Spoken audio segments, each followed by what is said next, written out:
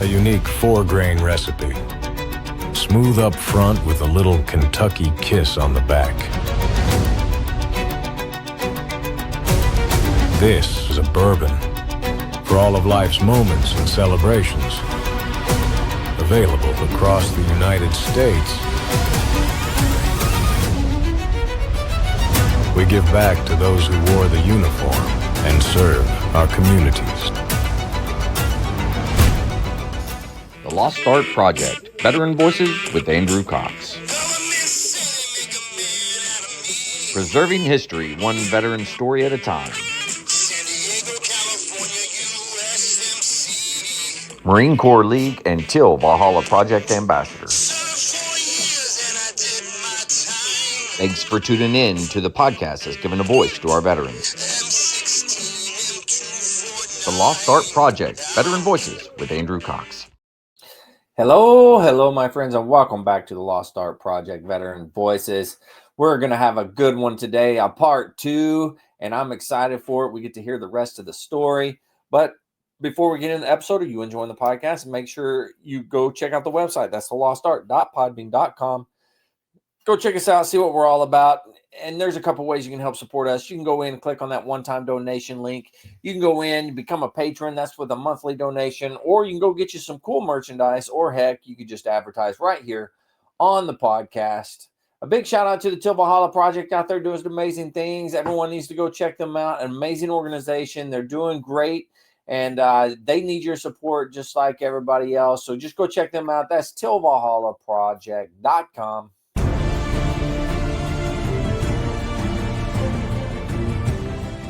Are you a Marine veteran? Are you missing that bond you had on active duty? Then I have a place for you. Join the only congressionally chartered Marine Corps Veteran Service Organization, the Marine Corps League. Get that brother and sisterhood back in your life. Become one of the fewer, the prouder, a Marine Corps League member.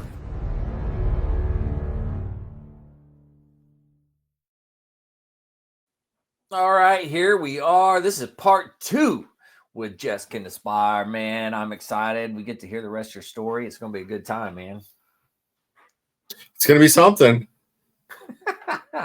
I think it's going to be a good time. It's all good, man. History lesson. Yeah. Well, you ready for this? Yeah, I guess so. I guess. Yeah, you're going to have to be because we're here. So, hard parts. It's that remembering stuff. And it's like, flooding back. So that's right.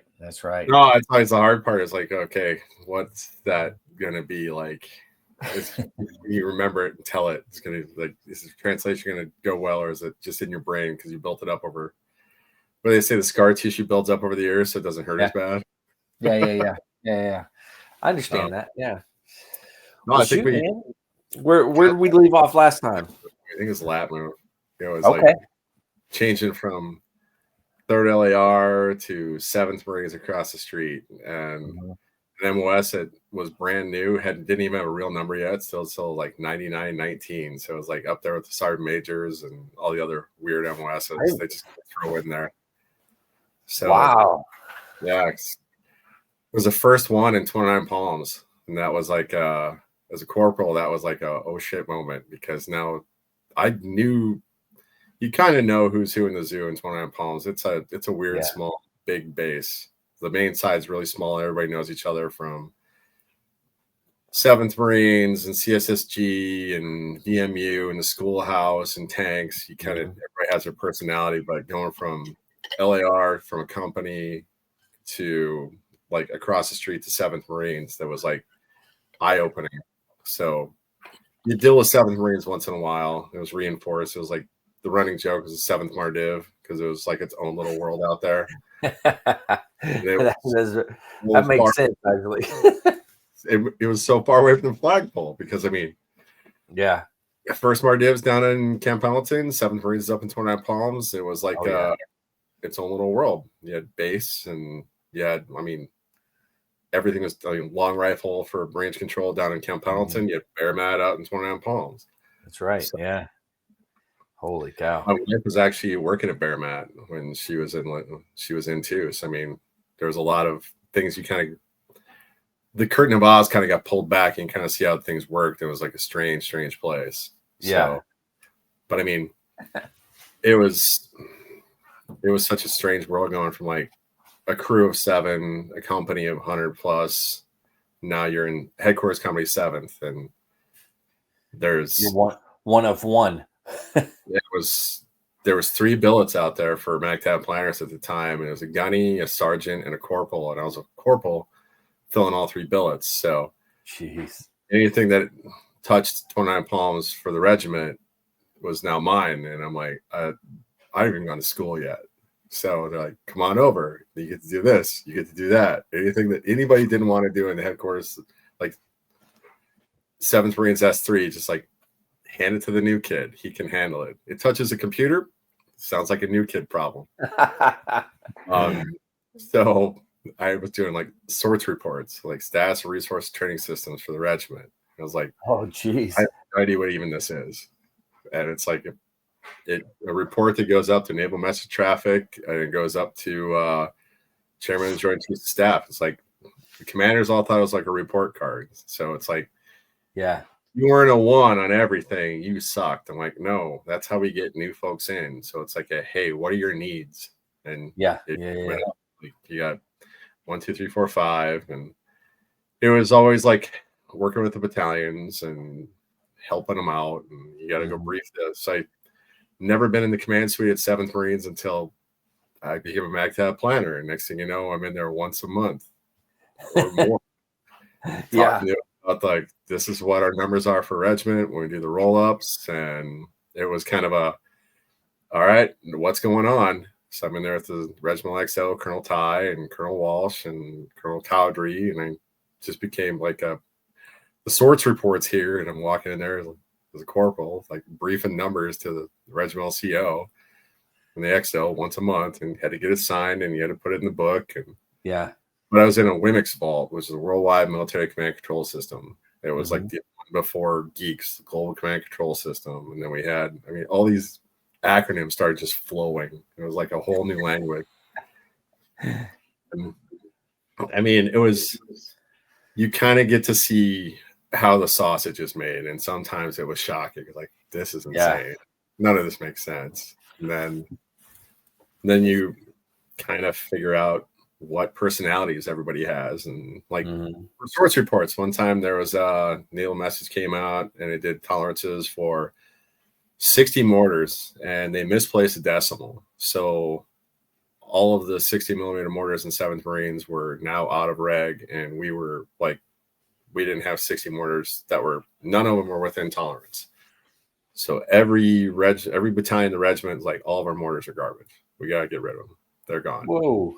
So XO looks at me and he's like, go figure out what the fuck's going on. Like, all right, sir. So wander down in the armory, talk to the regimental ordnance guy at the armory. He's like, hey, they misplaced a decimal. Just calm down. We'll figure this out. But it was like, you can make a big deal of it and stand up the Red Star cluster and everything's broken, or go for the root cause. And Colonel Ty was always good about that. And he's like, just go.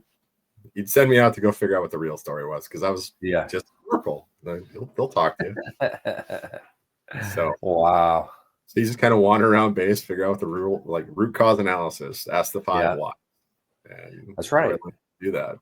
And then I worked for the regimental OPSO was typically next in line to pick up a battalion. So okay. Colonel Walsh, Colonel Tucker, and each one of them was coming off like a rotation from a top level school, and they'd gone through their thing. So it was a lot of fire hose information, and you just try to keep up, like ears open, mouth shut, and just learn. So you didn't understand something, say you didn't understand it, because it only gets worse. But and you still at that point still hadn't been to a school for it, correct? No. That moved in like April, and I didn't go to school until like June. So it was like, but I had a hotline down to First Mardiv and G35 down there. Gunny Scally, Arlene, John, Matt, Brandon, Rob. All these. We're still real tight today. So they were just like, hey, I don't get this. What's going on with this? And like, all right, this is how you do this, man. Plus, I was downloading all the regiment's classified message traffic and sorting through that every day on like a dial-up Stu 3 to a old, like, God, it was a green piece of shit like laptop that was like the size of a desk. It was all like green letters and numbers on it. It was tactical. Yeah. But it's like, and then you got a clearance, so you start working the clearance thing. And but everything classified was in my little vault on my side, and then there's a top side and the skiff. But I didn't need to be in the skiff, so I didn't want to go in the skiff. Yeah. But I mean, it was a vault that didn't really get touched since Gulf 1. Now it's like 98. Like 7 years of just binders of stuff. And it was just, you had to go through there. I mean, the original loadout plan for Gulf 1 was in there. Like, do we need this? I mean, it was a library. The problem is with classified, you got to like need it or don't need it. There's not a library policy. Right. It's not a store it. So we had a guy from the S1. He came over and we started going through every tag and doing destruction and going through and just getting rid of stuff because we're just holding on to like stuff for years. A lot of it's just actually making a Wimix vault into a Geeks vault with a guy who came from a turret to a vault, still learning. It's like, do we need to hold on to this? And we had a really good intel chief, really good ops chief. The ops chief was actually a Vietnam vet. So Master Guns Leroy was just amazing. He was also old school, and we had 3 or 4 Vietnam vets in the regiment at the time. We had Gunner Wright, who was just an amazing human. Master Guns Leroy is our ops chief for the regiment. Dan Mulvihill was still rounding around in the wire and radio. Colonel Walsh was a Vietnam vet, and then he moved on. But I mean, they talk about standing on the shoulders of giants. Well, actually, I was in the hallways rubbing shoulders with like giants, and that's kind of weird. You just keep your mouth shut and your ears open. You're going to learn a few things. Absolutely. Every once in a while on a Friday, we had a long week.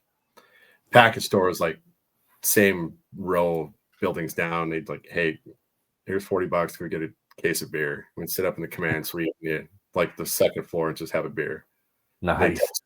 It was just like listening to legends talk.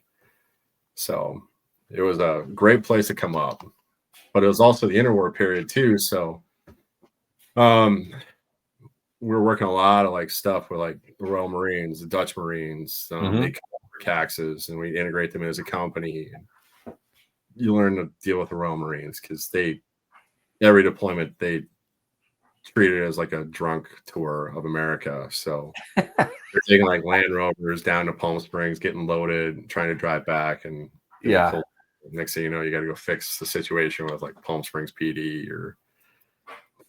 That sounds right. Yeah. Driving a right-hand vehicle, a right-hand drive vehicle up the valley in the Yucca Valley always sucked, especially if it was a stick. You're like left-hand clutch, everything. Oh back. Yeah. They just take like taking Humvees down to Palm Springs, getting loaded. They didn't even play. Funny. But no, I mean, they were also some of the most proficient tactically folks I've ever seen. Watch them free gun over the heads of their assault teams on range on the 500, the 400 series, the squad assault range, not pintle mounted, not free gunning off a pintle mount. But it wasn't like tripoded up. This machine gunner been a machine gunner for 8 years. That's all he is. Wow. So it was crazy watching him work, but I mean, it was also the first introduction of like the air side because we didn't really integrate with the air side in LAR. It was also ran, so you start kind of figuring out how that worked, and then finally made it to Schoolhouse in Little Creek. That was an experience. Little Creek had as well. So yeah. Schoolhouse and EOTG Lant in Little Creek was interesting because everybody was coming through there all the time, and I was a lat move. So if I didn't pass the school, it wiped out my lat move and my reenlistment, and I was effectively out. So, no kidding! Wow, how lat moves work. Yeah. You bomb a Schoolhouse and you take in a boat space. That's little bit of pressure on you. Wow. And so that's that was what, were you one of the first classes that went through? I was one of the first ones. There was some ahead of us, but we Okay. didn't couldn't tell you. We're still trying to piece together the history of MagTap planners because we're not great at keeping records. There's some photos out there, but Yeah. it was like 98. So, I mean, you approached it just like a job, and Mm-hmm. I didn't get a ton of money because regiment was cheap. It Mm-hmm. was like, oh, we have to send you to school. Well, we're not going to pay for much. We're going to pay for our plane. Yeah. But other lap movers are coming over from like Mar 4 Pack, Mar 4 Res, the 4-star, and they're like, yeah, you can have all the money out in town per diem. I'm like, Oh, geez.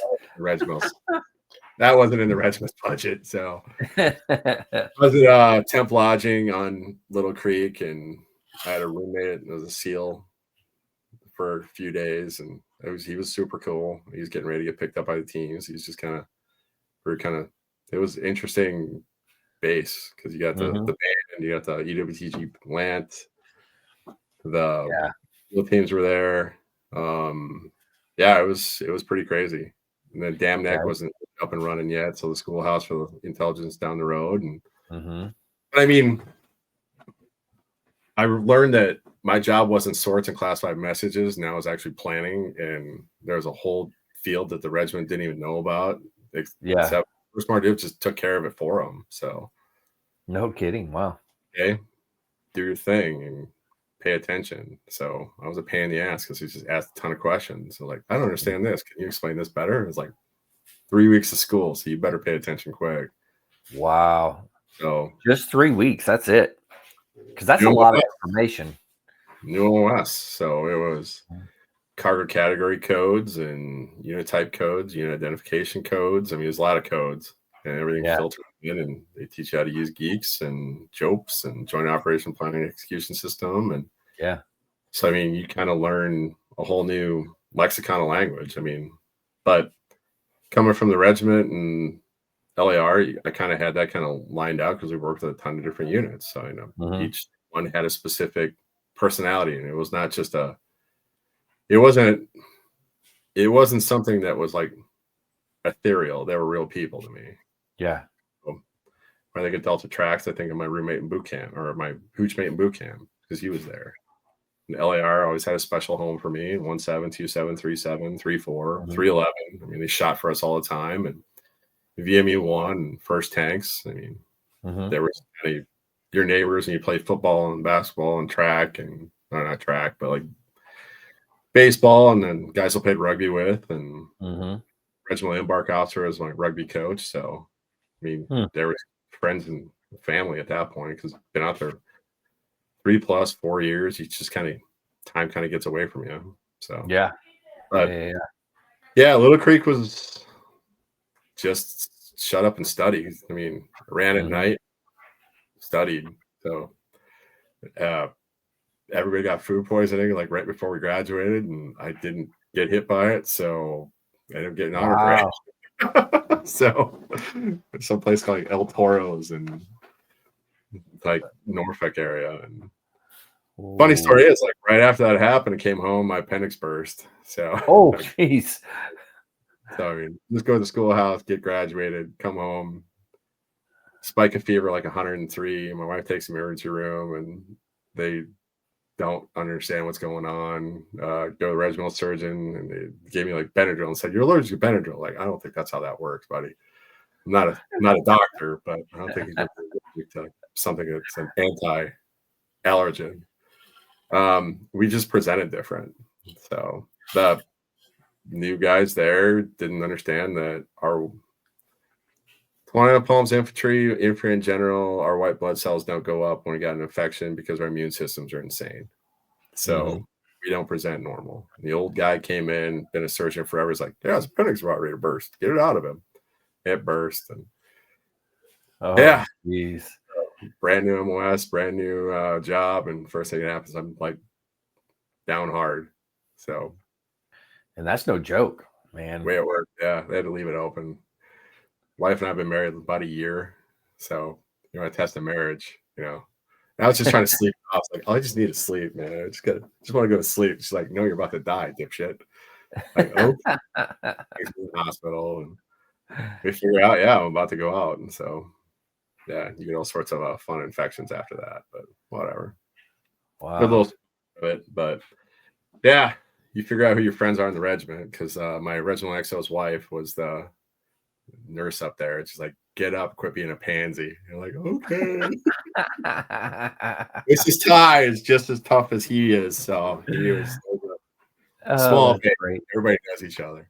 Yeah, she got me up and moved, but I mean, no one were us. So 7th Marines, and by that time we figured out 1919 we got our own OC field in the 05-11, and the 05 field got created, and they put civil affairs plans in there. But I mean, the big push for us was trying to do we had numbered plans, and that's deliberate action planning. So there's DAP and there's action planning CAP. So deliberate action was like 7th Marines was big in the desert, and Kuwait was our playground. So how do you get in? How do you get going? And so we did a lot of defense of Kuwait, and pulling back the curtain on Oz. You also start to see that Lance Corporal behavior in the barracks was also battalion commanders were the same way. So sitting in that meeting as a corporal, and you're listening to these guys go after each other, it was like, holy shit. I mean, watching lieutenant colonel, battalion commanders getting ready to throw blows was like, this is enlightening for me. This is the same thing we do in barracks. So there's a couple of meetings like, I'm just going to hug the wall and get out of the way. Yeah. Try to be a fly on the wall and try not to get in the middle of it. Yep. Yeah. But then I also got introduced to crisis action too, because that was a weird one. So twin bombs in Africa. So embassy bombs that Dar es Salaam and Nairobi, they popped off that summer, and we had a embassy need reinforcements. So you send in the what were they? Fast teams right off the jump. And then fast can only be there for so long before they got to get pulled back. So we had to do a reinforcement from 7th Marines. So we had a platoon reinforced from 2-7 with attachments from Camp Pendleton. They got thrown on us as a primary. So that was my first time actually deploying folks overseas in a real-time setting. And that was like, it was very interesting because it was like, okay, this is going to happen really quick. And they don't care if you're on leave. They don't care what your exercise schedule looks like. Real world's going to trump exercise every day of the week. And it got, it was an eye opener. It was also a good experience. So by the time it was time to leave, it was like my wife was getting ready to get done with her enlistment, and we're like, we've been here. I've been at that time it was coming up on 5 years. I'm like, it's time to get out of 29 Palms because you're starting to get to it way too easy. I was like, I need to go see something else. So that favor that kind of did by asking to stay in 29 Palms, I was like, hey, can I get down to Camp Pendleton and actually start learning this MOS with a bunch of other planners and get my own desk? And they're like, yeah, let's get you down to Camp Pendleton. So the guy who helped me move over, he was the MEF chief for plans in G5. Like, hey, got a spot in G5? Cool. Let's get you moved down here. So my replacement came in. He was Gunny, and our staff sergeant picked up Gunny when he was out there. So he was actually getting billet specific. So he came in and taught a bunch on the handover before he left, Tim Brimhall. And it was learned a lot from Tim. So he came out because people didn't want to go to 29 Palms in the 90s. I know it's shocking, but it's true. I don't know why. It's such a great place. It was. I mean, it was my first home. I had a good time. I definitely had a good time there. And once you cross that berm, the staff NCOs had to be staff NCOs. Yeah. A lot of times they were not ready for that. And that was kind of a weird thing if they're coming off billets, because the desert will find a way to even everybody out really quick. Yeah, true. And live fire out there was not that Camp Pendleton or Lejeune live fire. It was the whole base is an impact area. So you better treat it as such. You better respect it and know your math and know your angle. Yeah. I was talking to my daughter today, and we're talking about 29 Palms, and Deb actually caught a rough one. 311 had a live fire, and kid got shot, and he was probably dead before he hit the ground, but she had to call a medevac in, and it was over the 400, and the 400 series like, no, we're not going to stop firing. So that just basically said, all right, the whole base is cold. So she check fired the entire base. Wow. Got 53 out there and get him picked up. But that was one of those. Yeah. That's wild. We lost a lot of Marines to training accidents out there. Mm-hmm.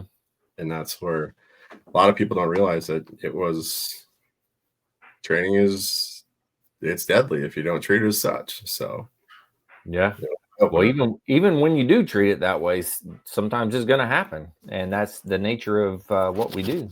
Yeah. But in the regiment S3, it was kind of a headquarters company. It was a mixed bag of a lot of interesting folks. But I mean, in the section, we had Regiment Recon rolling with us. So they were fun. They didn't want to go down to First Marine or First Recon Battalion, so they stayed because that didn't exist yet.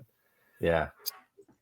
But I mean, it was kind of a grab bag of whoever was in there for the regiment ops. And I mean, there's some really smart guys and some folks who are getting ready to get out. And yeah, they were, we learn a lot from some dummies, but they were cool. But yeah, Vietnam vet ops chief who has zero tolerance, watching a stapler fly across a room was not unheard of. So right at some kid's head, being a dipshit. But technology wise, we were kind of stuck in maps and acetate, and we hadn't made the transition yet. So we're trying to get into the more technical stuff where we're going, because we're still running around with like couriers, KLR 250s, and Sonobui too. So overlays in between battalions. And yeah, we're making transition to wired and unwired and data. And data is always hard. So you got folks who aren't technically literate, or they like their old ways, and the transition was rough for 7th Marines in the 90s. So yeah. No, but schoolhouse was fun. I mean, came out as honor grad, so that was crazy. Nice. I mean, did it mean shit? No. It's like get back to your hole and go to work. Yeah, exactly. Yeah. We can't spell it. Cool. But at 99, asked for orders. His dad was getting out, like I said. We moved down to Camp Pendleton. Went to meth and started working at meth for about a week. And Scally calls me and is like, hey, I hate to do this to you. I'm like, you're an asshole. I know what you're about to do. It's like, we need somebody on the MEU. Like, God, nice. I want to stabilize and just be normal. But like the MEU is, went to the 11th Marine Expeditionary Unit, and they just came back from East Timor, and they'd been active, and so fell in on them. And buddy of mine was on the 15th, Rob, and then another friend, Brandon, was on the 13th. So I kind of leaned on them. I was like, okay, what do we do here? He's like, yeah, everything we did is not what we do here. We are playbook and we are active a lot.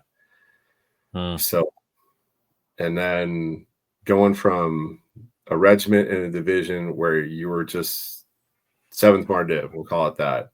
All the attachments, you know, everything, and everything's kind of set and you just roll with it. The playbook is well established. MEU, the cycles on the MEU, especially on the staff and the command element, was such that 6 in, like just standing up, getting ready, like just schoolhouse. Then you stand up, constitute the MEU. You get 6 months of workups from the ground up, and then 6 months of C, and then you just rinse, repeat. Right. Because there was always a MEU, a West Coast and East Coast MEU out, and then 31st was rolling out the Okinawa.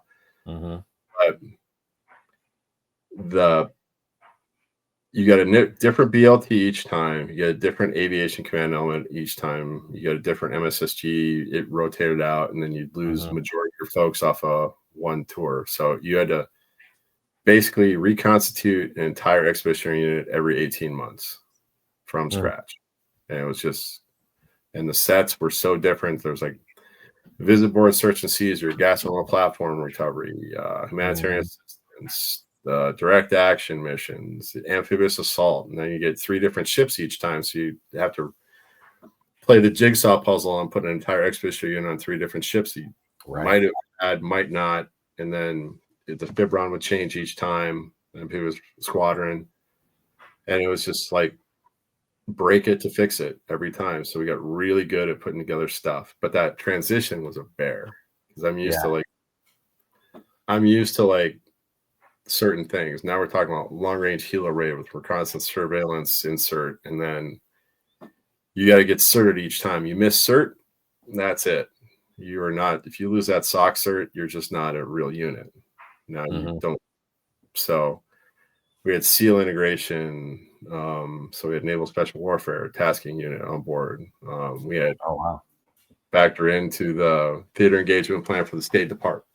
So we had certain exercises we would do with foreign internal defense. So we do bilats with like Jordan and Kuwait, Saudi Arabia, and you maybe hit Singapore on the way through. And the ops side, it was just continuous. Even when you were busy, you were busy. So they talk about ship, nobody doing anything. Like we were in constant state of motion. So because you're basically in the planning stages, you're looking at all the different contingencies, all the different things that could happen, and you're putting plans in place for those, even though some of them don't go, but you still had to plan for it. For every real world, we probably had like 20, 25 like spin ups. Yeah. Like while you're floating through the Philippines, there's American hostages that are still missing. So you gotta be prepared to. So that BPT, be prepared to when you're transiting through, you might have to spin up like a direct action team. Right.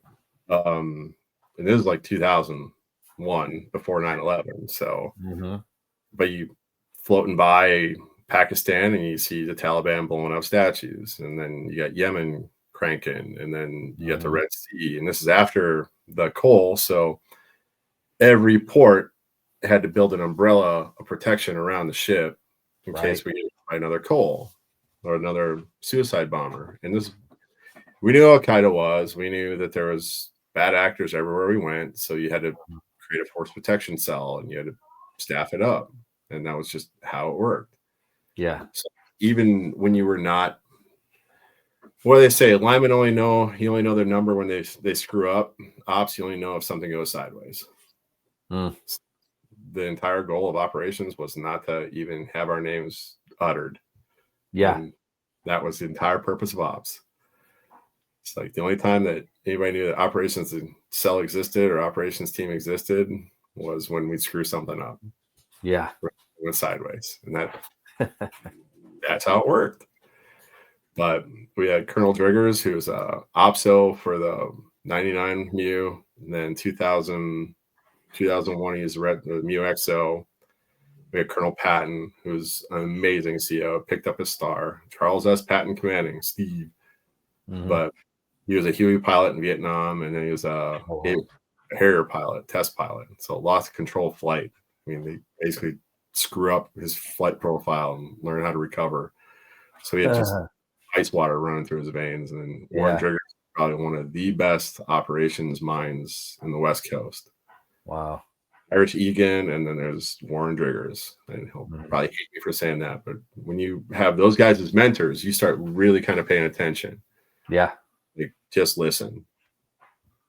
But I mean, everything's sideways on SOCX and Warren Driggers and Alva Ingersoll and Colonel Patton step in play, and everything's just like, stop.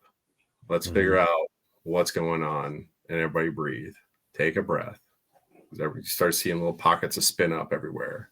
Like, let's get back on the ground, because right now you're in a high hover. Don't. Yeah. What do you not know? What can we affect? What can we affect change on? And that came into play at the end of that 2001 MU, because it was really screwed. But I mean, I got pulled aside when I went to the MU because I wasn't picking it up fast enough. Like, there's no shame in pulling your own ticket and going back. The MU staff was selective. I mean, you kind of had to pick it up quick because it was coming at you with a fire hose. And the pressure, the workups, you start down in UATG pack down in Coronado, you do like a blue-green workup, and you start doing top exercises and figuring stuff out and rapid response planning process, figure out how to do it. what does it mean? How does this work? How do you integrate the ships in? Because each ship has its own capabilities too. So we had the Boxer, Harper's Ferry, and I think one of the old LPDs. So it was either wasn't a Cleve. It was a Cleveland. So we had the 7. So each ship has its own capabilities. LHA is different than LHD, and LSD is different depending upon the old set. So, but the Boxer team was amazing. The Harper's Ferry, Cleveland was great. I mean, you kind of just roll. The ship functions different on each side too. So, I mean, they all have their personalities. So, but when you do the tabletop down in Coronado, everybody kind of sits together and they kind of work it out. Like, here's what we can bring to the table. Here's what we can do. And it's like a big, everybody puts their hands on the table and said, all right, this is what we got. Yeah. And then that one, we lost I think we lost the Harriers for that one because they all got grounded. So we were actually deployed without Harriers. So, oh, wow. They ground a airframe. If you don't do the workups, you don't get to play. So, no kidding. So, yeah, every MEU is its own thing. But I mean, it was a great time. I mean, I learned a lot. But that 2001 MEU, we were actually in Hawaii in August on the way home, picked up Tigers, family members. They jump on board and we float home with them between Hawaii and California. That's cool. And then September, they were on ship. We're in between Hawaii and California. And our guy came down, hey, everybody needs to get the LFOC. And I'm like, brother, we've been planning and executing for the last 5.5 months. This is like at the end of the MEU, every guy kind of flips a switch because we slapped hands with the 15th and they were at sea. It was a weird cycle that year. They were catching up the theater engagement plan. We actually crossed them in the Pacific. They were down in Australia and Darwin. And they get to the LFOC. We got flash traffic coming across, and that was 9/11. Wow. Now you were on the ship coming back from Hawaii, going to San Diego. We're coming back. What's that? We're coming back from Middle East. This is the last been in 6 months. Oh my gosh. I mean, every port we're like, no gaps, nothing. Expecting another cold type attack. We got pulled out of Jordan because there was so much traffic. They're like, they're going to hit you in Jordan. So we pulled out of Jordan early. Kuwait, same thing. We were just on high alert for 5.5, 6 months on the workups. That was just how it was. So in between Hawaii and California, we got the Tigers on board. We got reduced staff. Everybody's kind of just like, you're going to sleep in. You haven't slept for like 5.5 months. You're just on high. Everything's getting thrown at you. It's like, okay, this is a problem. Here's another problem. Here's this problem. Here's this. And you're just like, okay, things are getting real. Right. Okay. So we get pulled up the LFOC and learn that Tower 1, Tower 2, and it's like 5, 6 in the morning. So everybody's just like not with it because East Coast versus Hawaii. We're at sea. We're far enough out that we can't get TV signal. So we're hearing everything on message traffic, and we're getting like satellite shots of ground zero before we even had video footage. No kidding. Dang. Ship woke up that day to a different world. So everything got really real, really fast. And then my stepdad was on board, and he was a Marine in the 50s and retired Secret Service, and a lot of Marines on board, like been out for 10, 15, 20 years. And they're like, we're at war. We're going to get turned around. And then the rumor starts sort of spinning. Yeah. So I spending time with Dad or with Gene. Now I'm kind of up in the LFOC, and like we're getting traffic and taskings. And I mean, the scenarios were just absurd. So we got 3 ships, no Harriers, Ram, Sea Whiz, and we don't have a ton of air-to-air capacity on board or surface to air or air-to-air. So now we're getting taskings everywhere from like Golden Gate down to Coronado and Long Beach, and we got 3 ships, and we're trying to figure out who we got on board to spin systems up. So we got Stingers. What is a Stinger going to do in an airliner? Nothing. It's going to shrug it off. It can even reach. But I mean, without that command team I was telling you about, like Colonel Patton's like, stop. Everybody just take a breath, figure out what's real, what's not real. Let's start doing what we're supposed to be doing.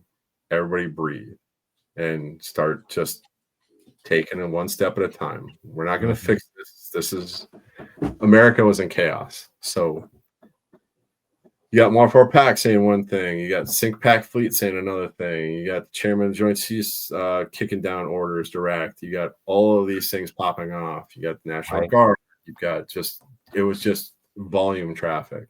Like, stop, just breathe. And by the time it was said and done, we pulled in and offloaded and got ready for the next one because, I mean, the world changed. Yeah.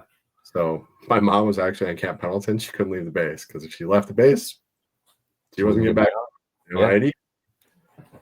So my wife was working at a bank down on Downey Savings and Loan down to like, oh God, Encinitas. So she's going back and I mean, we didn't see any of the video. We were listening to AM radio on the 1MC. And then families from there's some weird stories there. The action officer who had the planning for the Tiger Cruise bitched about it the whole time. She was like, this is a pain in the ass. Everything sucks. These people are just a pain. I mean, her dad was on board. Yeah. Her dad worked on in the trade center, in the trade tower. So, wow. The reason he's probably still alive is because of that Tiger Cruise. So, yeah. There's a come to Jesus moment and the world got really small. Holy cow. Everybody's got a 9/11 story. Yeah. So you want to talk about somebody breaking mentally? That was a rough one. Yeah. And then we spun up for the next one and we were prepared to go to Afghanistan and we did not go to Afghanistan. So I mean that spin up between 2001 and 2002. It was be prepared to, and the 13th was stripped of all its 53s for Afghanistan for Tora Bora. The 47s got tore up for the hunt for Bin Laden, and then I mean for us, there was I was supposed to get out after 2001 MEU because my time was done. So it's coming new. Colonel Patton pulled us all in, NCOs, and we're like, hey, we need a lot of experience. If you guys stick around, push an extension, we appreciate it. And I'm like, all right, let's go get that war on, guys. So, because I mean, everybody want to pay back, right? Yeah. Yeah. Well, as soon as we do that, he got promoted and left. So, well, I mean, Colonel Jigger stuck around and he came back as the OPSO, and we had him for a triple MEU, which that's unheard of at the officer level. And I mean, stability at the operations side, and we had Colonel Haslam came in, good guy. Was 46 driver, so he was pretty calm under pressure. And Mongo, because they had giant hands. But no, Sergeant Major was stability there. All right, yeah. I mean, but a lot of us stuck around, and then we were like due for orders. I'm like, I prefer not to. So now, when you said a lot of you stuck around, was that extensions or was that reenlistments? Both. Which you did an extension? I did a 1 year. Yeah. So I was getting ready to go to school at USD. Because I was like, I had a whole plan. My wife and I want to start a family, and I went from LAR to 7th Marines to the MEU, and I was never home. And she's like, I don't want to be pregnant when you are gone. I don't want to do this by myself. I'm like, all right, well, the only surefire way is like pull the pin. And then we dodged the screening team all the time, and they held a grudge. So the recruiting screening team come through, and everybody's in chucks, and we show up in camis, a letter saying, please excuse these guys. Untouchable on the MEU staff. They held a grudge. So wow. You came off the MEU, you're getting like the shittiest spot they could find. No kidding. Mine was actually Aberdeen, South Dakota, RSS. S. I think they ran out of S's because it was so substationed out. My home. Yeah, no. And but I mean, 2002 MEU, we pump out. Afghanistan is quieting down. War was won. Iraq was we spun up all the time for Iraq. I don't think a lot of people Mhm. remember that. The 90s were every other year around Christmas, Iraq would fart. And next thing you know, we're sitting on the deck in Kuwait on a screen line. There Yeah. was like Fox, it was Native Fury, all these like operations. We offload the expeditionary unit, offload the maritime pre-positioning ships, and you just stand on the Mhm. border and hang out. And so that deployment was a lot of bilateral stuff. So Djibouti was kicking off for CJTFO, Horn of Africa. A lot of bilats with like the Jordanians and putting together stuff where we needed to go. I mean, a lot of foreign internal defense and making friends because we wanted all the friends we could get. Yeah. So, I mean, Iraq, weapons inspectors. If you went through the 90s, it was like every year. Southern Mhm. Watch. This was going on. That's going on. So was Iraq serious? Lives didn't take it serious. Like, no. And we were looking at the time phase force deployment data sheet, the tip fit, the playbook. And we're like, it's really light. If you're going to do this, you got to go heavy because we all kind of anticipated that if we're serious about it, we're going to go in really, really heavy. Yeah. And we didn't realize that Donald Rumsfeld was pushing the light plan. And that's why we didn't take it serious on the MEU as we probably should have. That MEU, though, was just cursed from the jump, though, because we had Really. a helicopter crash, right, in workups. We had a fork accident. God, we cut a guy in half with Oh my God. Singapore with 53s drifted together, touch blades. The guy was out there taking photographs and flash photography. And 53s drift together. Shrapnel cut this guy in half. Before we even pulled into the pier, we're already like, oh, sorry, buddy. And we had to get 53s on back on the big deck, and we had Harriers, so we with extra 53s, but we had 2 Hangar Queens before we even get the zone. God, if it could go wrong, it went wrong. And that was the Bella wood, and we always blame the wood for that. But then we had Mount Vernon, which is the LSD on its last legs. We had the fucking, God, what ship was that? Cleveland. The Cleveland. In between the MEUs, I was standing watch. I was like duty desk, and I started getting these phone calls on Saturday. It's like, is my son alive? I'm like, I have no idea what you're talking about, lady. Hold on. What ship? I'm like, the Cleveland. I'm like, 11th MEU. We're the first one on the roster when you call Camp Pendleton. First MEU, 11th, 13th, 15th, right? Yeah. And 20 minutes goes by, I get another phone call. It's like, is my son alive? Is he okay? I'm like, hold on. Like, let me get your number, take your number down, and call the RSO or the staff duty. I'm like, what's going on? I just got 2 phone calls asking if their kid's alive. And I'm like, he's like, I have no idea. So we didn't have a TV. Was it 2 different people or was it 2 different? I'm starting to get phone calls. Yeah. All staff duty. Staff duty was like, I don't know what you're talking about, buddy. Let me get a hold of the MEF. The MEF was like, yeah, the Cleveland just ran into the Yukon off the coast of Hawaii. They're like, Yeah. wait.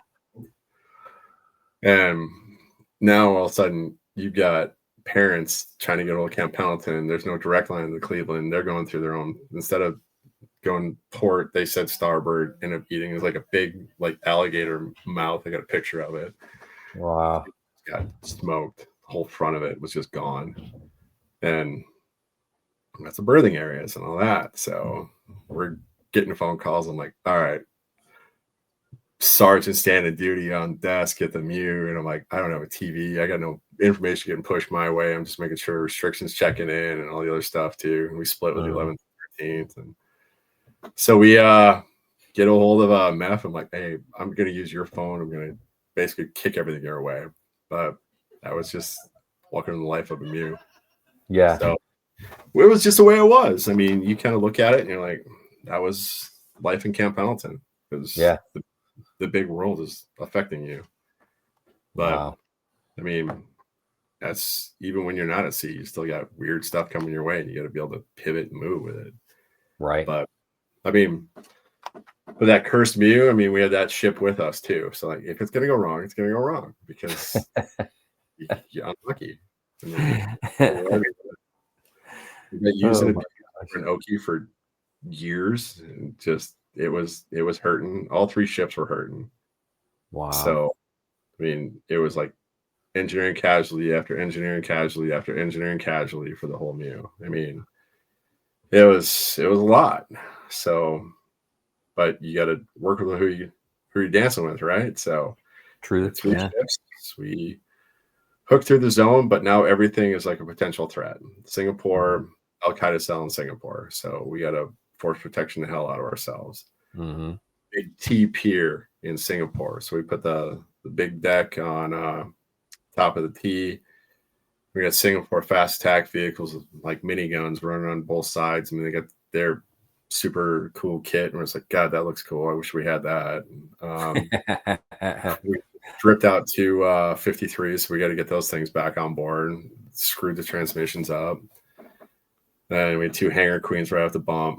We had for Hawaii, we had a aerial loss of control flight. Went asked over tea kettle, stretched the fans out. So I mean, that thing's sitting in the hangar. Yeah, and then we had to redo a SOC cert mission in Hawaii. So that was a beating. So we had to figure that out. So even how it works, you got to redo it. What else? Yeah, and normal stuff underway. Yeah. I mean, that MEU was like, it was a test. It was like we lost a kid at sea. Got hit by a rogue wave. He was there 1 second, he's gone the next. That happened. No kidding. We were supposed to pull into Bali for a port visit. It got bombed, so we got jettied back out. Thailand was a little screwy. In 2001, 2002, it was just a bear. So like 2002 was, if it could go wrong, it was like everything was heightened up and everything was like super on point. But you kind of look at it and like, this is the new world. So yeah, threat traffic was taken seriously. I mean, we had, so we go to Jordan and everything is on heightened alert. And then we went to Kuwait. And Kuwait, you got a visitor, an alien. Oh, cat. So we had to split the ARG, and that splitting ARG for us is always, it's very possible. I mean, the 13th MEU, they had one in Doha, one off the coast of Pakistan, and one down by Somalia.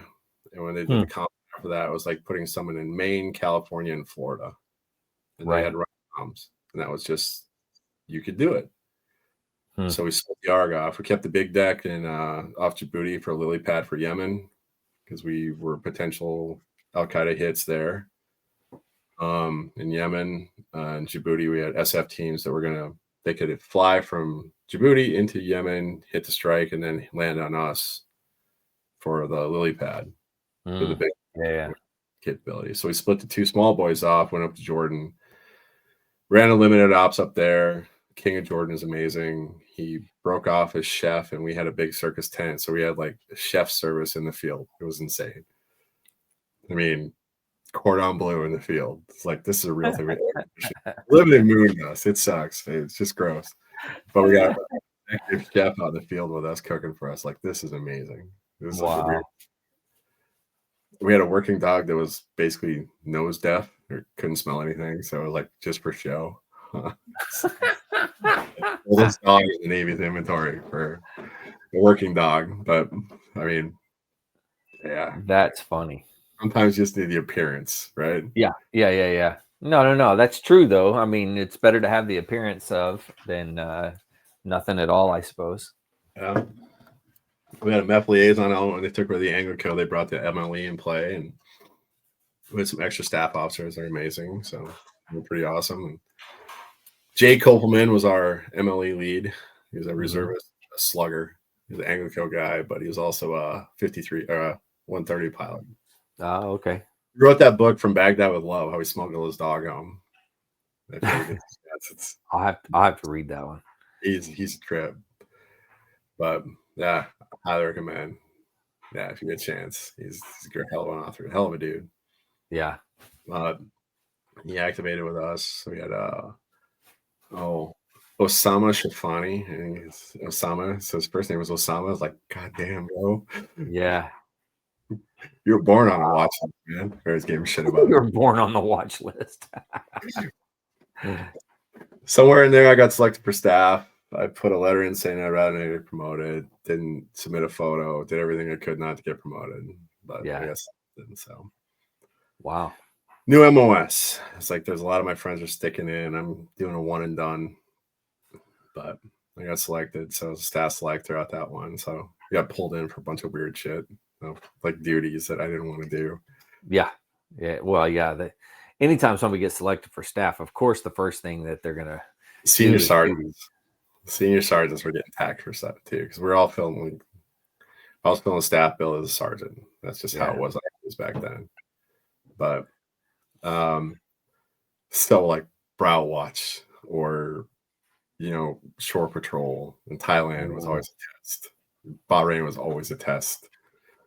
Condoms in Thailand, and the chaplain comes up and starts stapling like absence cards of the condoms. Like, stop what you're doing, Padre. And he's like, what are you talking about? I was like, you're stapling through the condoms. This is not how condoms work. I understand you're Catholic, but let's give you an example. So, banana there. And peel the condom down to banana. It's got 2 holes, and like, I think you are defeating the entire purpose of a condom. So, I mean, there's all things we had to handle. Oh my gosh, that's funny. No, that was my Brow Watch on a pier, and you had beer on the pier, and you're like, make sure before like Cinderella hour, and some Lance Corporal decides he does not like authority all of a sudden. He comes and swings at you. I'm like, all right, just don't, bro. What are you doing? I got no beef with you. Why do you got beef with me? Yeah. Fuck you. And he starts swinging. I'm like, okay, and just put him on the ground and like, come get your boy. Some staff sergeant from the BLT comes up and takes his guy home. Like, are you cool? I'm like, I'm cool. Are you cool? Make sure he doesn't do this again. Yeah. But I mean, and we're patrolling Thailand. You're walking down Phuket, and you got some kid like, dude, that's a dude. And he's like, no, she's not. I'm like, yeah, she is. That's not a she, bro. So, oh shoot. way so they make bad decisions. So that's a lot of what MU staff and TOs end up doing when they go ashore. Yeah. It's like just trying to keep your guys, like guys stealing a moped for reasons. Why? Because he could. Like, just paying money out and damages and taking care of stuff so it doesn't hit the blotter. Yeah. I mean, that's life as a MU NCO or staff NCO. That's the majority of the time you do is they're trying to keep Lance Corporals out of jail. Yeah. National incident. It is an international incident. Oh, that's too funny. I mean, that's life on the MU. Mm-hmm. Live 4 deep or 5 deep in a berthing area or 20 deep in a berthing area, and it's just you learn how to make peace inside your head. Yeah. And the folks that could were great. The folks that couldn't, that was the longest 6 months of their lives. I don't know. Everybody's got their Zen place. Mine was at looking out the ocean because it reminded me of home because it was like that big prairie. I mean, miles, and the sunsets are amazing. Flying fish. Oh yeah.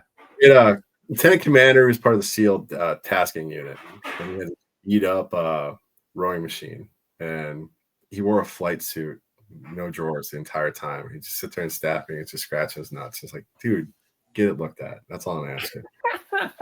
Something's wrong. If something is wrong. If you're itching that much, take care of it. But he would drag his rowing machine on the front of the ship on Sundays. We'd try and keep low ops. And he put it on the front of the ship and just like he was rowing the boat. And I was like,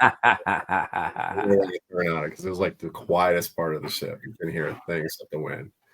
So I mean, and then we got our beer day, which you never want on underway because that means you've been out too long. So all the beer, you store it in the.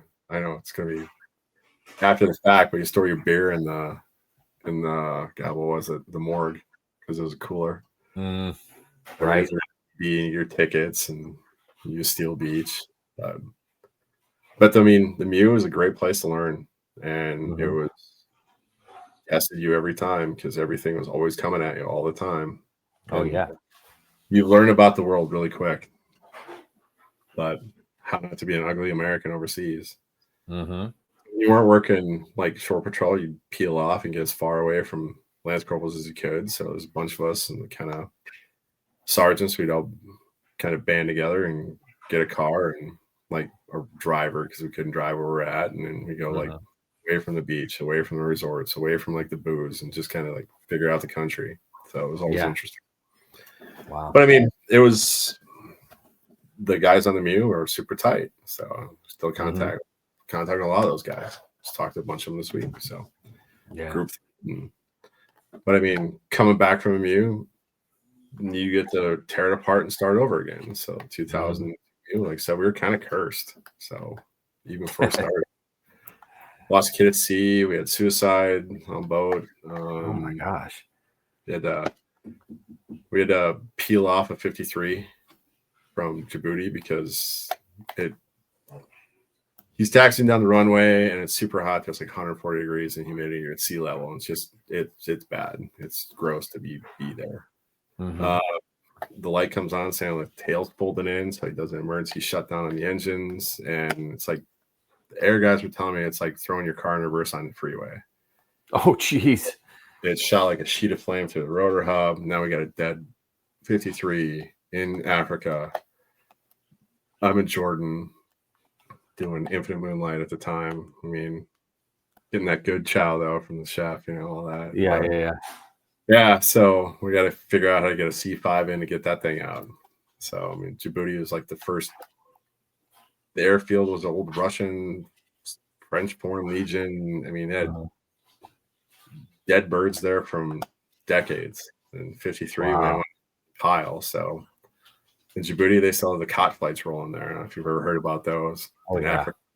Yeah, so the cot, they wouldn't even slow down. Trucks would peel off on the airfield. They throw this stuff off the side and they turn around at the end of the airfield and just take off again. We're like, well, they're all going to be hopped up today. So that's fun. Small neighbors. But Djibouti, that was like amazing. So we had naval gunfire shoot.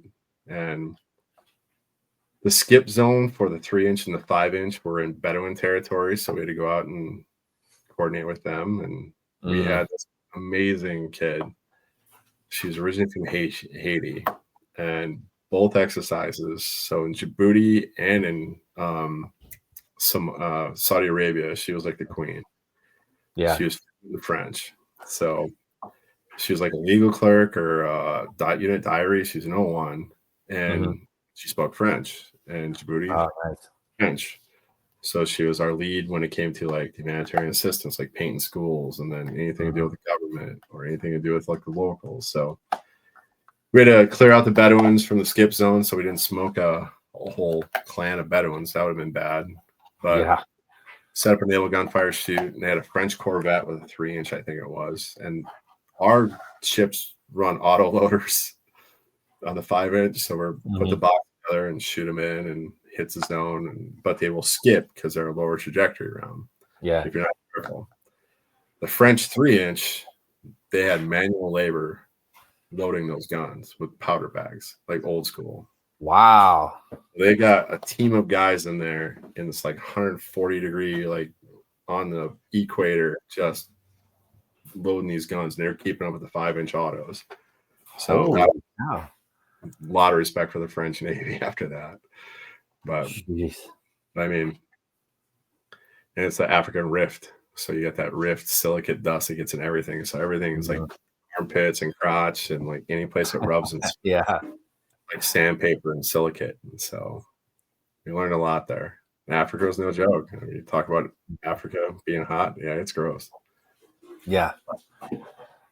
But I mean, you look at 2002 Mew, I mean, it was a lot of spinning up. And then at the end of it, we were kind of getting ready to come home, and Marsan commander came on board and pulled us all like guys who got selected. It's like, hey, we really like stick around. We're like, we're enlisted. We're going to Iraq. He was like, well, I can't tell you if we are or not because you guys know how this works. I'm like, I do. That's why we're saying it. Like, say we are. We'll re-enlist right now. It's like, yeah, can't tell you that. I'm like, well, I think we're going to pull pins.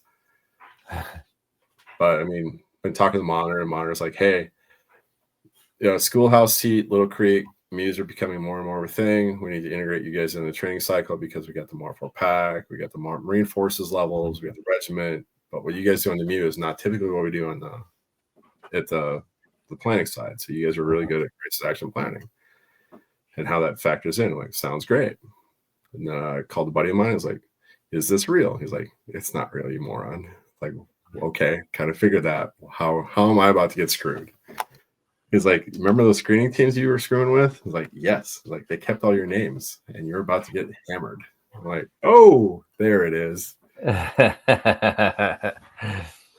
like, "No, I think I'm good." I was getting ready to go to school at USD in South Dakota here and kind of just visit when I was home on leave and kind of met some folks. I'm like, "All right, this is a pretty great place. I'd like to go try this out." Yeah. I mean, school was kind of that thing that you built up in your brain. It's like only like Goodwill Hunting kids are going to school, like the super geniuses and all that. Like, yeah, but I try this thing out. So I mean, 2002 rolls down, 2003, come off the Mew, go add Vaughn from Hawaii home, and pick up my car and drive it from California with a buddy of mine because he was going to Fort Land in Norfolk there. So we kind of picked up some handhelds. Got my first cell phone in 2003. So I got my cell phone, little Nokia, and it just kind of the antenna. Like, oh, this is pretty badass. So I mean, we start driving, and we had a weird year that year for snow. So we drove through the Vail Pass. It was dry in December, never, and come home. Bought a house from a friend of mine who went to boot camp with and LEV school with, and went stationed at the same time, married about the same time, and Aaron was going back in the Army instead of the Marines, and he just retired a couple years ago. So, but yeah, we bought a house from our friends. Never do that because anything goes wrong in that house, it's always you always hold it against them. But I mean, I'm gonna try to do the civilian thing. So it was in 6 months at sea, you kind of like building up what life's on the outside is going to be, right? And you start the myth, the legend, and everything's going to be amazing. Reality hits you right in the face when you get home. Things are waiting to finish closing on the house. We're living in my parents' basement, and my wife and I, like, we just want our own life and our own things, and start life, and getting ready to go to school, and I got to go to freshman orientation because I was a freshman. So in this orientation class with a bunch of 18, 19-year-olds, I'm like, oh my God, I am old. I was teaching this. I'm like, dude, I'm a freshman too. What do you want from me? And then there's never time to take college when I was in. I mean, it's just the operational tempo was always high. So I walked in with like 6 credits of military science under my belt. That was nice. I'm taking like English 101. So orientation in college was like, holy shit. And then it started cracking off in Iraq. And I called my unit back and I'm like, hey, I'm still on terminal leave. Do you need me back? I can pump for this because, I mean, you guys are shorthanded. And Warren Driggers said the thing that was stuck with me, and it was the line that I use for all the time. It's like, I'm important. I know what I need to do. You can't function without me, right? Like, dumbass. The graveyard is full of indispensable people. Go, live your life, get your degree, and just be normal. You paid your dues. You've done your thing. Go. And I'm like, okay, but it's just stuck with me. And you get mentors like that who are like, you're a piece of shit for getting out. You're a piece of shit for not doing this. And there's guys like that are like, no, go live your life. You've done your thing. It was pretty indispensable. I mean, it stuck with me. It's always one of those things. Like, graveyard is full of indispensable people. Yeah. If you think somebody else can pick up what you're doing and do it, then you did not do your job right. You also another line saying, like, if you're the smartest guy in the room, you're in the wrong room. Those little lines kind of just dialed in. It's kind of stuck with me over the years. But I mean, a great ops chief, Master Guns Oliver, super ops chief. great fires chief, Mike Williams. Yeah, we had really great officers on there. MU staff was really good. There was intel chiefs that were amazing. I mean, you just pay attention. You're sitting through all these confirmation briefs, looking at all these guys, and they're the top of their game. And like Fiscus on the Force Recon guys. I mean, yeah, Iraqi stopped a bank robbery. His team did. You know, it was like a real. It's like That's funny. He's super cool dude.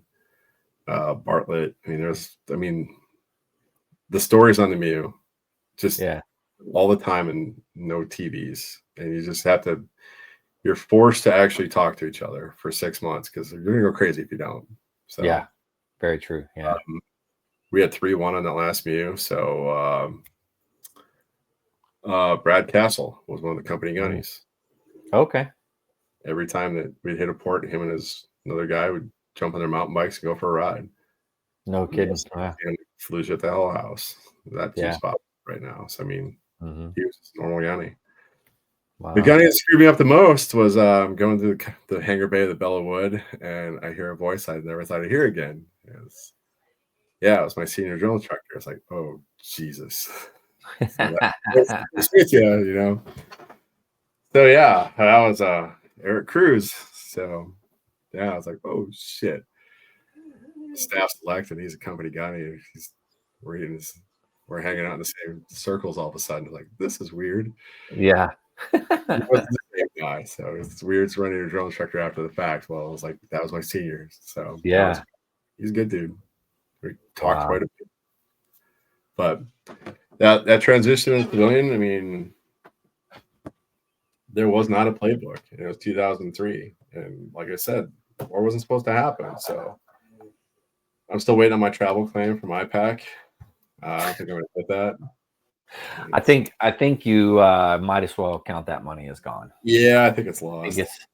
It's finally time to let it go, man. You got to let it go. Out of one map, everybody's reservists are coming in. And I was like, oh, it's a lot of people coming here for a big spin up. That's not going to happen. And the war kicked off, and I'm like, shit. So I'm watching watch my units like I worked with all these years. So there's like that guilt. I didn't make it to the big game, but yeah, you know, but wow, that's chasing a deployment for war deployment. And it's not going to happen.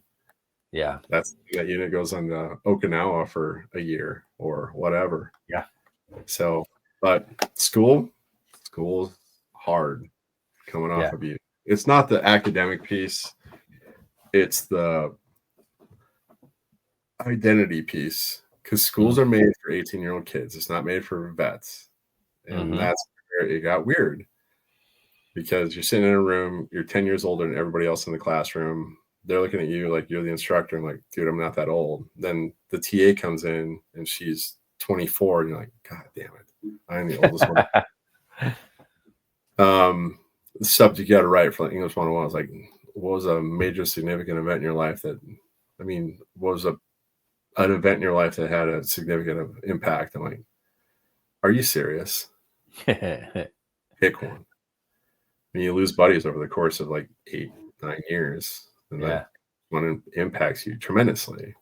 So I talked to her. I was like, hey, can you write on something else? She's like, yeah, she was really good about it. But you're sitting in classrooms and they're talking about stuff that you're a part of. So, and they're teaching us history, like, shit. Or, poli-sci classes, and they're talking about Middle Eastern politics. You're like, well, hold on. There's more to it. You're teaching wave top. You need to get down a couple steps before the whys. Yeah. You're coming out. You're part of the conversation now because you lived it. So that's the hard part about going to school, is you're sitting there. But I mean, my first year I was taking 15 credits, and I was like, all right, I am bored out of my mind. We worked 16-hour days on the norm because you were in the area and you're always kind of turned on.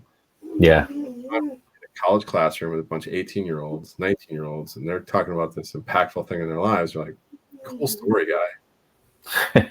So we start gravitating other vets, and we started the vets club down at USD because, they were not ready for us. It was, how's GI Bill work? We don't know. It was like, we're not used to activity GI Bill. Like, I'm coming off into a classroom. The school's not ready. I'm paying out of pocket for school, just on terminal leave, and they can't figure it out. So I'm like, all right, we need to get better at this. So a bunch of us vets got together, started a club, and like, you need to start doing this. Here's these things to make our transition easier. It's not all straight high schoolers. There are non-traditional students who will be coming back in waves. And this is South Dakota Guard, active duty. Yeah. So we're talking those conversations. But school, I mean, once you get down to the 100 and 200 level classes, you kind of start finding a groove and you kind of figure out who you are. And that first semester, we got pregnant and we lost. So, so all those things you build up in your brain, it's easier that pull back to like that, back to the, you don't have a plan. So there is a lot of dream crushing going on around that transition. I mean, everybody goes, everybody's game plan is going to be different when they retire or they get out. You start missing those folks. And if you don't have them, it can get really rough. And we've had it. We talk about that in the league too, about how we get better at the vets coming home, because there's not a mechanism in place for us to figure out who they are. And so when the vet clubs or organizations on campus you got to find a way to pull them in. Because that position is a soul crushing experience. If you feel like you're alone, you're used to being in a tight unit and platoons and companies and ship, and those are very tight, cohesive. And now everybody's just out doing their thing. A group project in college, the first time you're doing a group project, you just have to fight the urge to put somebody's head through. Like, nothing except show up for the grade. What does it say you do here, Bob? I mean, I hit that point once in a while. It's funny. Bunch of guys that kind of bounce ideas off of and like keep each other sane. You gotta find your tribe. That's true. Room, like back in the war, I mean, because these kids are gonna like completely cut you out. So you gotta find balance. And that balance was hard that first couple of years. I mean, I just took the opportunity to start loading up as much as I could, because I mean, we got really good administrative stuff on the menu. You get really good administrative stuff, especially in like the Marines. The longer you stick around, and like it's so bad, they call it the campus crawl. I go to admissions, to go to registrar, to go to like this, you got to get a signature for that, and they're like, they'll beat down an 18, 19-year-old through administrative procedures. I'm like, all right, I speak you're stupid, so let's party. Admissions telling you to register is like, no, give them a call. I'm not walking over there to walk right back here. You've got a phone, use it. Like, so use their weapons against them. Like, all right, let's party here. So that's the trick. I mean, they'll find ways to administratively screw you over. Like, what's it for? I'm paying for it. GI Bill, all that. I'm like, no, you figure this out. It's your job. You're a professional. Act as such.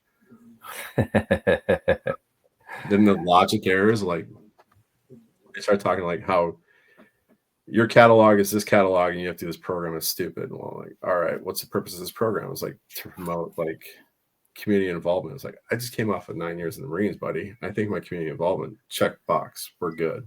I'm solid. And like, I got credits that came in from this year that I should be used under this catalog. And like, well, we don't have a catalog from there. It's like, what's the closest one without this project then? And like, this one. I like that one. Thank you very much. But there's these classes you need to take that don't exist anymore, like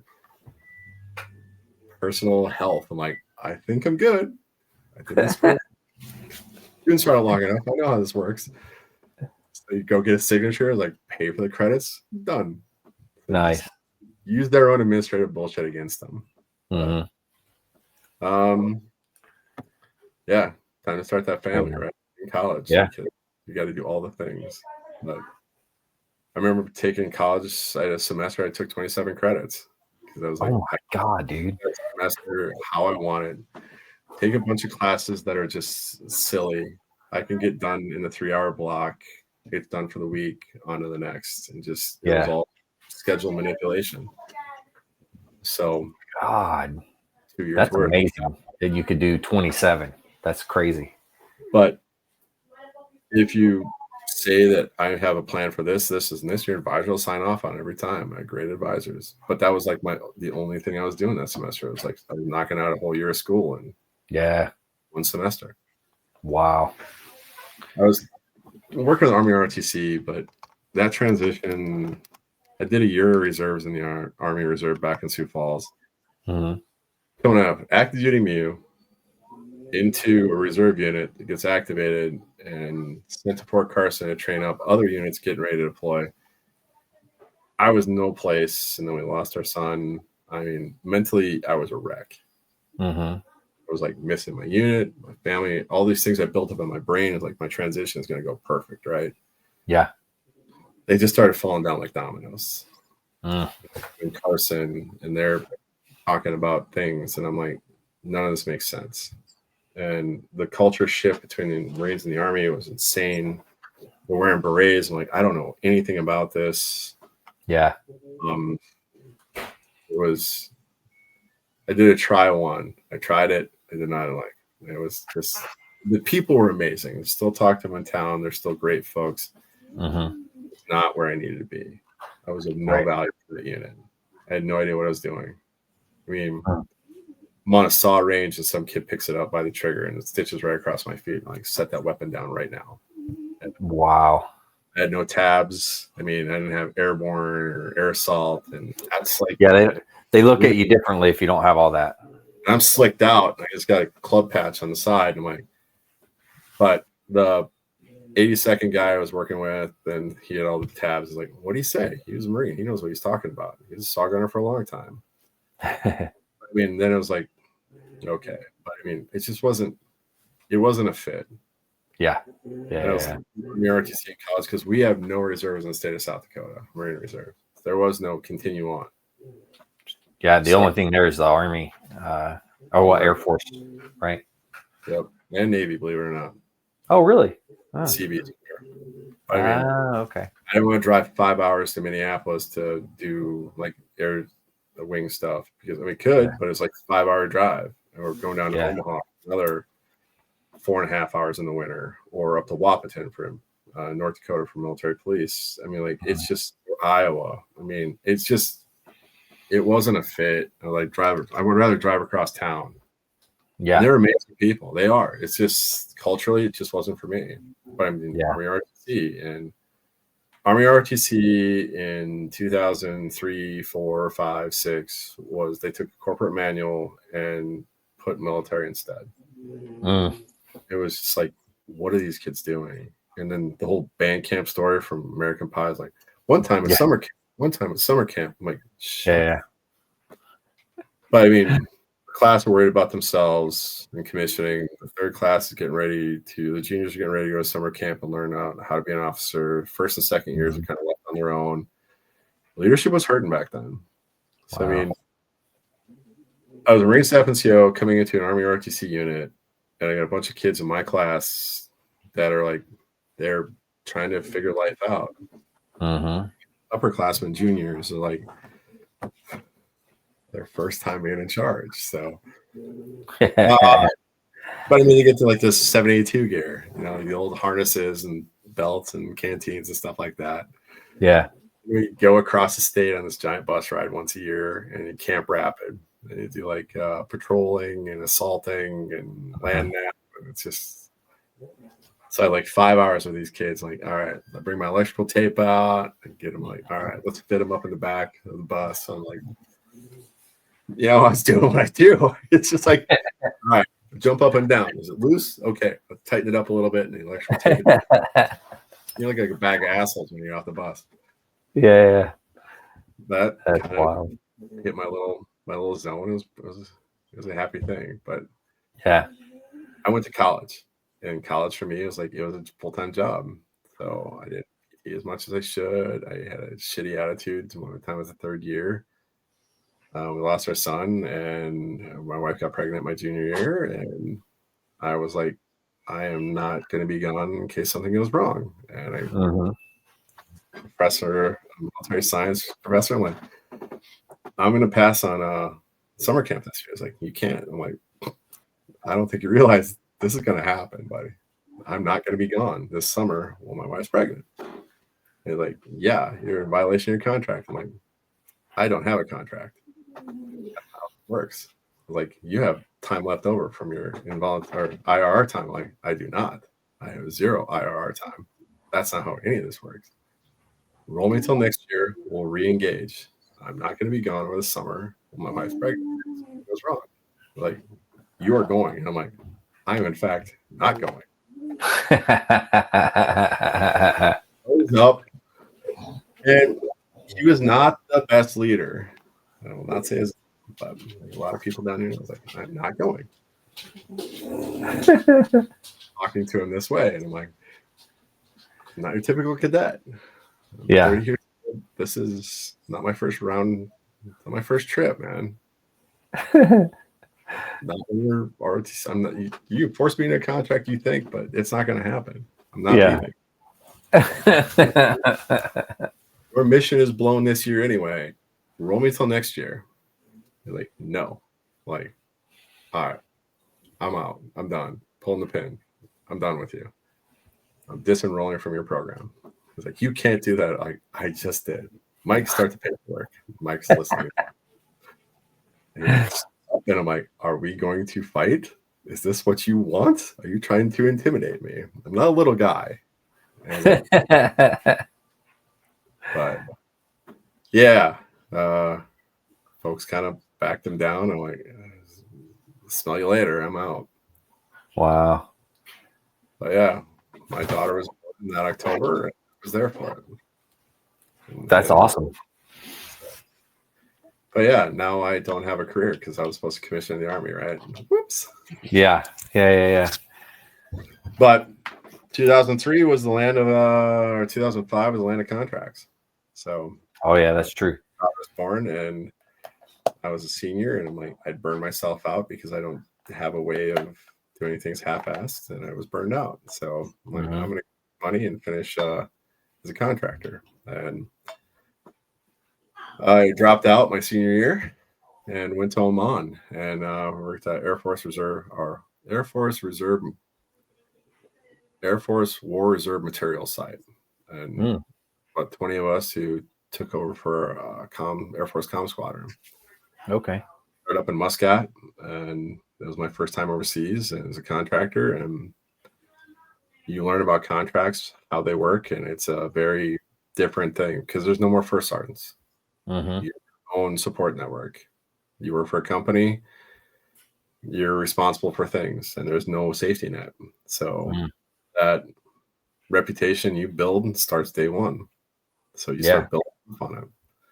So I started off in Muscat, went down to Thumrit and Salalah in the southern Oman. And I mean, I had a great team and I learned a ton. But I had a boss in Hawaii. He's like, in this fickle world of government contracting, you could be at work on Monday and not have a job. Or you could be at work on Friday and not have a job on Monday. So you better start figuring your life out. Yeah. And your resume walks in the door long before you do, and your reputation walks in long before you do. So just did the job, and nothing is below you, nothing is above you, and you just figure it out. And if you run into a problem, figure it out. But I started working with the Air Force, and the Air Force does things completely different than the Army, the Navy, and the Marines. So I started learning Air Force terminology. So, I mean, that was an eye-opener experience for me. It was special communications for special instruction for communicators. You run a SIC, and then we had a tent in Oman on an air base that ran Jaguars, and we were part of the NCO mess and officer mess down there. So we'd have lunch and dinner with the Royal Air Force Oman. They're running Jaguars off the strip, and the Brits were coming through a lot and driving through the desert in the middle of the night, and it was a crazy place. It's like lot of people never even heard of Oman, but I mean, it's an amazing country. Wow. The desert, and where Queen of Sheba, they're actually unearthing all of her castle there in Salalah. I mean, it's the Oh, very really? Wow. place. And then camels and Bedouins, and I play backgammon and with the Omani army majors and captains, because it was right across the barracks, and we do map studies. Nice. I mean, backgammon with a bunch of Egyptians and Omanis, but then we had the Kharif come in, and all of a sudden the crazy Saudis had come down. And it's like, I don't recommend this, but you deal with what you got, because you're always outnumbered, always outgunned as a contractor. That's just how it works. Yeah. And there was probably 10 of us. No, there's probably 6 of us down there on that site. And the Kharif would come in, and it's a weird place, because the monsoon comes in, pushes these clouds up on the Jebel, and it doesn't rain, just mist for like a month. And this giant brown desert valley turns into like this green paradise. Wow. So the Muslims, the whole Arabs would come down and they vacation in this. So you got flights coming down, because he drove in from Saudi Arabia down for the Kharif. And then I'm at the Shell station getting gas, and he sees you jump out of a car, and you can see his little mind start spinning, because he wants to have a foreign policy discussion in the parking lot of a Shell station. And you see him just building himself up. And he comes out, he's like, American. And you're like, okay, Canadian, man. And he's like, what? And you see him just like deflate, and like, it just shuts it off. Yeah. I want to get in a fist fight in the parking lot of a Shell station. That's just not my thing. Canadian, and you're like, just watch them sales.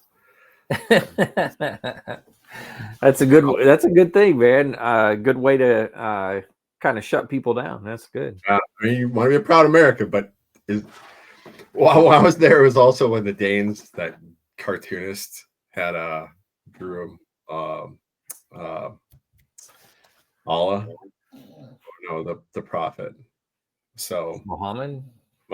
So he drew the Muhammad cartoon, and I'm sitting in passport control in Muscat, and this guy next to me's got a Danish passport. I was like, dude, I thought I was hated. You are fucked. He's like, I know. But down in Salalah, it's the same place. So we had an expat club down at the port, and that's where Captain Phillips and the ship came out of. So probably had dinner with Captain Phillips and the crew at least once or twice. I mean, they'd come through, and I mean, they're big South African dudes, like sleeve tats. Cyril was part of the Bulls down in on the South African Army before it went apart. But a ton of expats down there. I mean, great place to hang out, pretty chill place. But Oman was a great place. And then one day we came in and we didn't have jobs. So everybody go home. Wow. So went home, and one of the guys I worked with on that site, there was a Chinega Blackwater Solutions. It was like Chinega was the Native American company. Blackwater did the training, so we did a little shoot house in Moyoc. Did like a lot of like drills and everything else. And then we worked on a site up in northern Japan, on a radar looking in. So it was a really interesting job. A lot of crazy, fun people. Moyoc and Blackwater at that time was crazy. So everything about Blackwater is like a big myth, mystery, all that. But majority of the dudes are super cool. But you hear some things, you see some things like, keep that resume ready. Case. But went to northern Japan and froze your nuts off, and 15, 20 feet of snow, because it just started snowing. It didn't stop. Oh my gosh. Let's see Japan. But I mean, really great site. But at a certain point, you're like, all right, what's the long term on this? And you're working 16-hour days, about 7 days a week. And then you might get a couple of days off, and then bounce over, grab groceries, and start it over again. Yeah. Get that train. But you start looking at that, I was like, all right, keep your resume ready. And there's a job I worked at, or keep an eye on. It was down in Okinawa, and got a hold of them. They got back to me, and it was working with Marines. So I went down to the CAS, Commander Arm Staff Trainer, and I worked at the Polo virtual training environments. We had languages and fire support, and it was video games, but it was tactical video games, especially when you couldn't do it. So I mean, you're working with the ETT, and there was a ETT that really kind of stuck with us, and that was Colonel Hughes, and that one really, that was Dakota Myers and that crew. So yeah. Helped work with them before they took off, and there was a captain I lived with because the end rate in Okinawa was so sideways that I was in an apartment that I never was at, doing a job that was never around, and I was paying for something that just doesn't make sense. So it was like, but Schwab was pretty much a ban at the time. So I went down to base housing, like, hey, dude, you got empty rooms. Can I just pay flat rate, space available? And they're like, yeah, just make sure the water's running, maintenance is going. I'm like, all right, cool. But I lived in the BOQ up in Schwab, and it was like recon and engineers and cab and some of the other folks. And back out that captain and got the Navy Cross from the fight. No kidding. Yeah. Wow. Good guys. But yeah. And then same job, called the company and like, hey, it's been a couple years. What do you got opening up? I'm like, hey, we need to go to Hawaii. I'm like, oh crap. So team had a hiccup and went over to Hawaii, and Hawaii was like this place that it wasn't sure if it was Iraq or Afghanistan. It was kind of getting torn apart. So one deployment, they're going to Iraq and they're having like the worst deployment ever. And that was like 1-3 and 3-3 and 2-3. And then they go to Afghanistan, and a 2-3 guy I knew from Okinawa just came back as company commander, and he had like a huge AO, but he's a prior enlisted recon cat who he had enough experience. He was like a battalion light. His AO, he had like cat and stay and recon and all these guys, and he's like, he just made it work. He's super smart. One of the first guys I ran to was him. But I mean, Hawaii was like an eye opener too, because I'd never really worked with Hawaii. Hawaii was just, I was like, what do they do?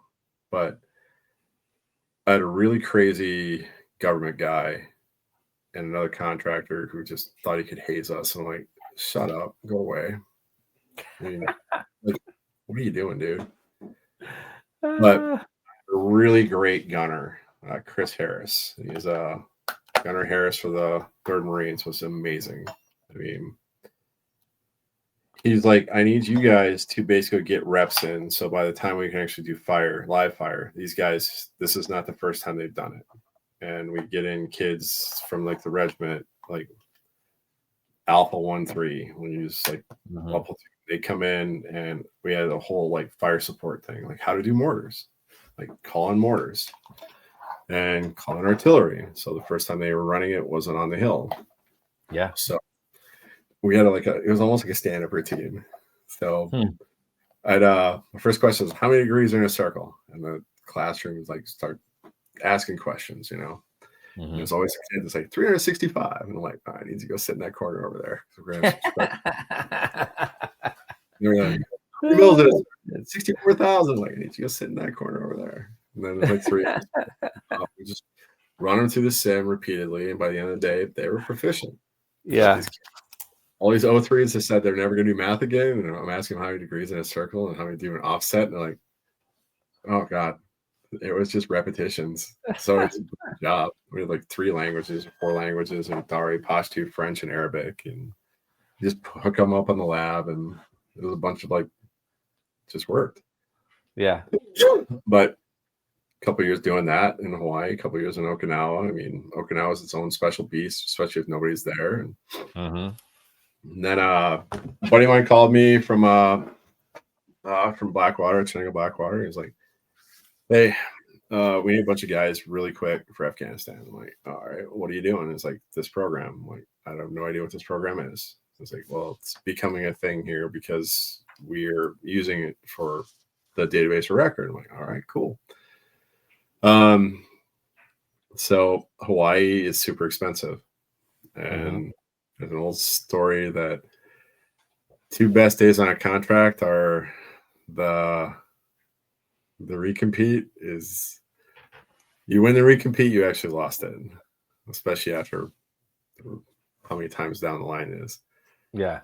Because when you bid a contract, they go best cost, and a lot of times they'll start cutting costs, and they start cutting costs, and then you start losing. It becomes not great.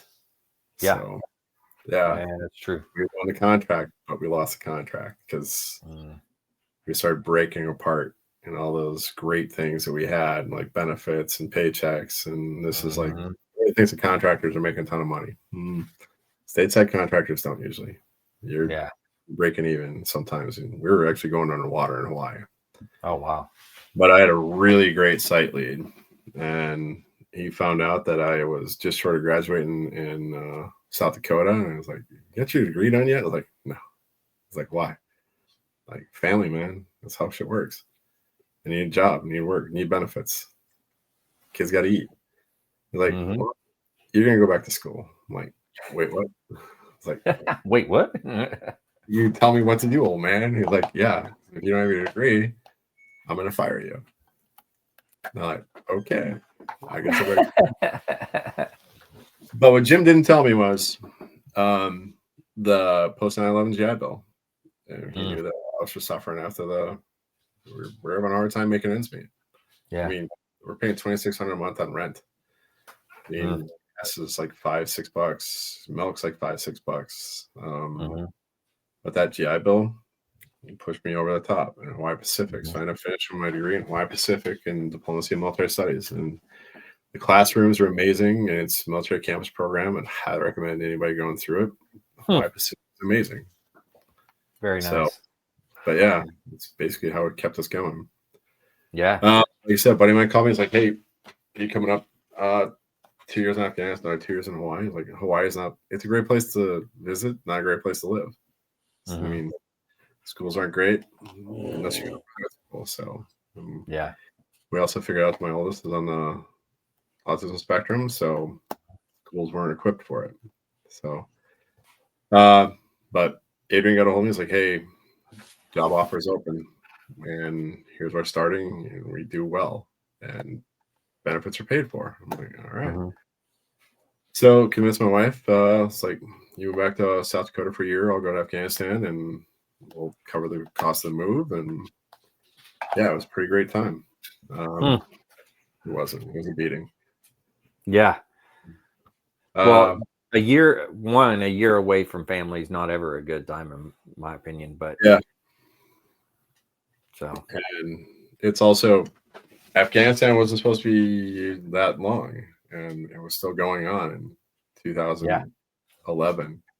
So you kind of get that. Well, everybody's been doing all this stuff. I've been talking about the game for a long time. It's time to start playing the game. Yeah. And understanding all these kids from Okinawa and Hawaii on repeat. And I'm like, that old man guilt gets you. Like, yeah. And I've been talking to these kids, and I'm like, it's time for me to put some skin in the game, because this is it's America's game, America's fight. And why am I still? Yeah, it's that weird guilt thing that gets you. Yeah. And I'm like, I need to go to Afghanistan or Iraq. I need just, yeah, America was at the mall. Well, it was time to get out of the mall. Yeah. Yeah. And that's kind of what it felt like. So paycheck, it was great. Don't get me wrong, but I don't even know how much I made. Usually it was as long as they're here, I'm here. And if I can help out, let me do my thing. So nice. Went to Colorado Springs, figured out how the system worked, became a field service rep, and then went to Afghanistan. The girls came home here in Sioux Falls, and problem is when you live in Hawaii for a very long time, your kids forget basic things like how to wear shoes. So, and it snows here. My youngest still doesn't like to wear shoes. She hits the door, takes socks and shoes off. She's like barefoot the whole time. Yeah, but that's funny. Went to Colorado Springs for about a month, and then we were actually between Denver and Colorado Springs, coming back from a faux place of all things, and the radio popped off that Bin Laden was dead. So like, oh, Afghanistan might be over. Like, yeah, it's not. First year in Afghanistan was out in RC West. So Okay. some Italians and some Marines and it was the wild, wild West. Mm-hmm. When you're dealing with the Spanish Italians, that degree that I got in diplomacy and military studies paid off dividends because I could work with any military anywhere. It just was a thing that the experience from the MU and the school and just working with different people and kind of having that experience, it worked out really well. I thought they'd send me down to Lebanon, could hang out with the boys, but nope, I need to go out west and learn.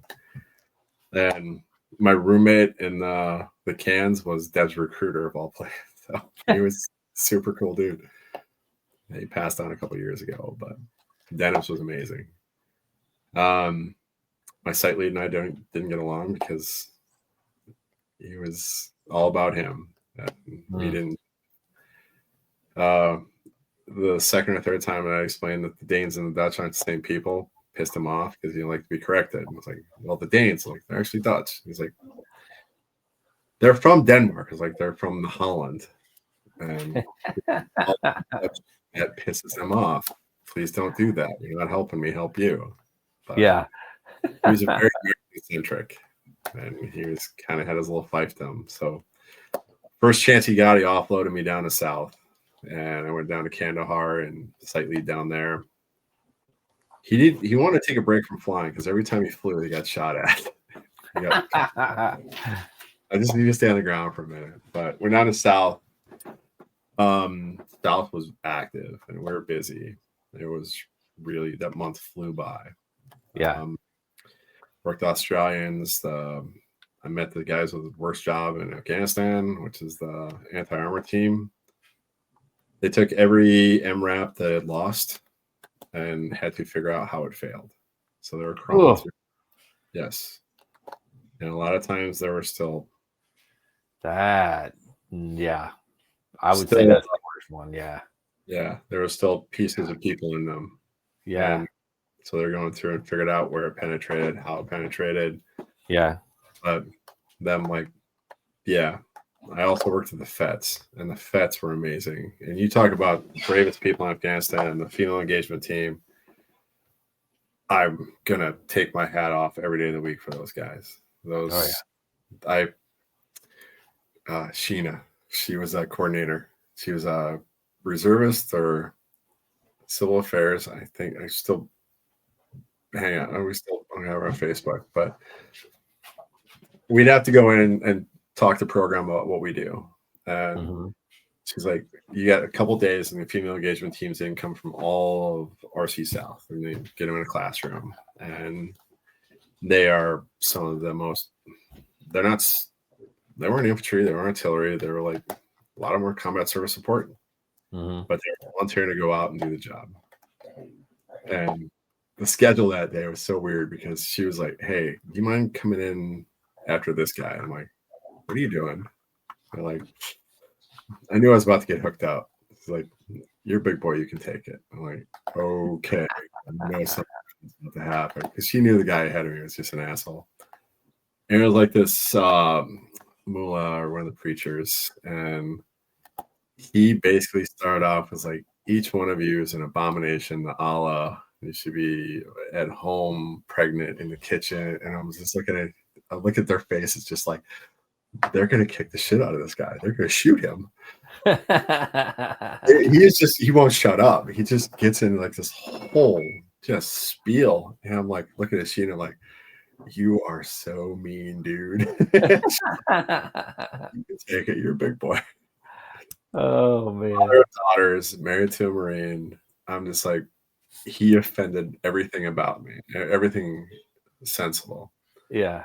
And as he's walking out, he's like, she looks at me, he's like, "You're up, big boy." And I'm like, God damn it. Talk about a test that's walking into a room full of female engagement team members who just got insulted for better part of 40 minutes to an hour.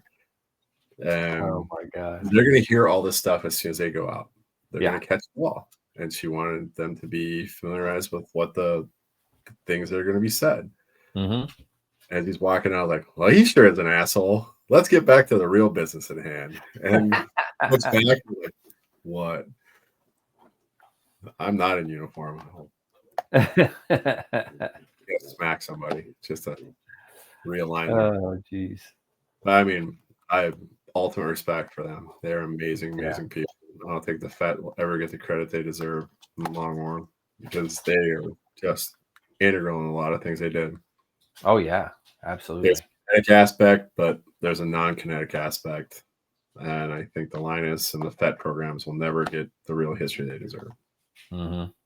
Sheena Diaz got me raw, got me spun up in that world. Worked with law enforcement professionals. They're amazing. I also figured out how the biometrics work and worked the program. It worked out really well. But we kind of figured life out together down there because programs were coming and going. There's a long wing program that lived with them. Took a Canberra bomber, stripped out the bomb bay, put a side scan in it, and they had the weirdest collection of people ever. So they had the air crew guys who were working transistors, and then the bomb bay guys with the sensors were working like microprocessors, and they made them live together. Hilarious listening to those two generations talk. It was like, but job popped up. It was for requirements, and it was up at NATO training mission in Afghanistan and Kabul. I'm like, well, I worked requirements for a while on the DVT side, became a subject matter expert in some things. So I got my hat in the ring and got picked for it. And went up to Kabul, NTMA, and Sastika, and yeah, that was a eye opener because that was where the decisions were being made for the POMLETs, the omelets, the observation mentoring liaison teams, police observation mentoring liaison teams out in the sticks where I worked with all the time, and it was kind of a big clearinghouse of everybody. So, wow, Kabul was a completely insane place that a lot of people, unless you work there, you wouldn't believe it. So, I mean, but I mean, yeah, amazing folks. I know we're coming close on time, but it was just, you talk about like the amount of information that was going across desks at any given moment was just insane. Yeah. The different camps. I mean, the RCs, each regional command had its own like identity. So you get the up north, like the Norwegians, the Germans, you work with them. They're super awesome. You go to east, it's more kinetic, and you get the French and the Americans and like the Poles, and the Poles were just phenomenal people. Then you go down to south, and you get a grab bag of like Americans and Army, and then I mean the Danes, the Dutch, the SF teams running around the place, and Kandahar City with a big blue mosque, and then Southwest was like the Brits and the Americans and the Danes. And my brother was down there for a different program, and friends of mine were down there for a different program. But Kabul was like this weird combination of like the weirdest stuff. And they had a little bubble they called it Kabubble. Nothing ever happened in Kabul until it does. Yeah. So, April of 12, we had some Haqqani network team or whatever took over a building across from the embassy and shot an RPG into the front gate of one of the embassies. And then it was like we had Mongolians up on into like the external security for NTMA Sastika, and the Mongolians are amazing. And they are just blasting away at this house. So like it was a firefight that lasted like all day. A couple of my guys actually broke off and got pizzas in the middle of the firefight. Like, what are you guys doing? Like, Pizza Hut like little can was open. They're making pizzas. Like, just what are you guys doing? But that's they ended funny. up at the other day, and it was. But when it went sideways in Kabul, it went sideways in Kabul. Yeah, there's attack on ISAF, and there's video of that too. So it was not a regularly occurring thing. But when it happened, I mean, you see Heinz flying by for gun runs, and then but rotated back off that. Well, April, getting ready to rotate back and figure out life after a job, and get ready to hand over to the next guy. And after the attack in April, the problem is in April or in you get an attack in Kabul, they stop like doing the shitter trucks, so they stop pumping the sewer out, so everything starts getting backed up, and then everybody starts getting sick, and it's like this thing that happens. So get a text from him, was like, hey dude, I'm not feeling great. I'm like, all right, cool. Stomach bug, take a couple days, get back to normal. We'll figure it out. Because stomach bugs were a thing all the time up there. Couple days, haven't heard from him. Like, all right, go check. But now it's time to get him across town to a hospital because we could not see Coalition Medical. We had to go out in town because contractors, that's not cooked into our contract. So it's a clinic. Not great area. We had to like drive out. There's like giant ID craters in the middle of the street. It's not a great place. Yeah. But you bring over and you do a lot of self-medicating, like Z-Packs and antibacterial, antibiotics, all that stuff. So the idea was just let us sleep it up. Anything major going on, we'll get you out where you need to go. Or if we need to evac you, then we'll start executing flights to Dubai. That was kind of how we had it. It was part of our insurance and part of our package. But a couple days go by, don't hear from him. Knock on the door, nothing. He's not anywhere else. Go to housing. It's like, hey, I need to crack the door. Do a wellness check. And the lady who runs housing, she opens the door and we see a body. So my replacement committed suicide, and yeah. Oh, geez. So now I am the site lead for the first death in our company in Afghanistan. So, oh my God, dude. Walk in, check pulse, cold.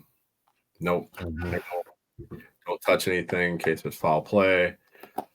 Walk back out and tell her to go get base security or base support group, BSG.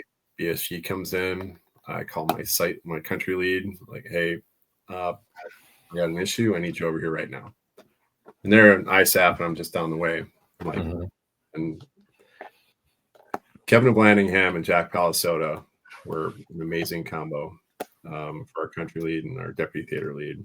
And they came over and they're like, all right, start writing a statement. And the commanding general of the Sestica, Billy was the Army Reserve captain. So most of our contractors are also reserve or guard. A lot of them kind of do that on, like, they know the business, they know how to do it. It's a deployment. They be over there. But yeah, Billy was suicide. Wow. And the BSG commanders were amazing. BSG Sergeant Major pulls me aside. I'm like, hey, I need a statement. I'm like, writing it right now. And he's like, good. And don't write too hard because we know what it is. I'm like, foul play. And he's like, no, it's suicide. I'm like, that's when I found out. Because I went in, pulse, went right back out, closed the door, didn't touch anything. Yeah. Like, it's theoretically a crime scene. So yeah, makes sense. Yeah. And then we started doing like personal effects and getting him home. So we ramped him home out of Bagram. But the CG for NTMA Sestica, we did ramp ceremony out of Bagram for Billy. But we flew him over and personal effects and started shipping the personal effects home, and it was a kick in the dick, man. Yeah. Holy cow. Everything that we've been taught for suicide, he knew the specific keys. He's setting goals. He had vacation coming up. He had lifting, taking care of himself, wasn't giving things away. All the things that you start getting. Right. Super cool guy, but you never know the internal fight. You know what's going on behind the ears or behind the eyes. Yeah, that's true. I mean, all the indicators, none of them were there. Yeah. Holy cow.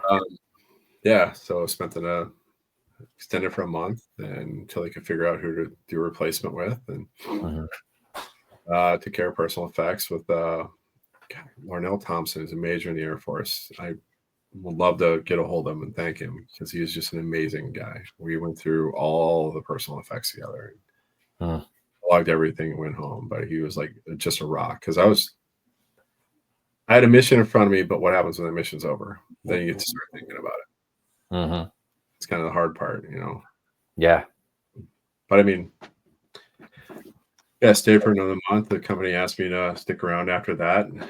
So I moved out to Colorado Springs, and yeah, it was that site lead. Lost a guy though, so that kind of stuck with me.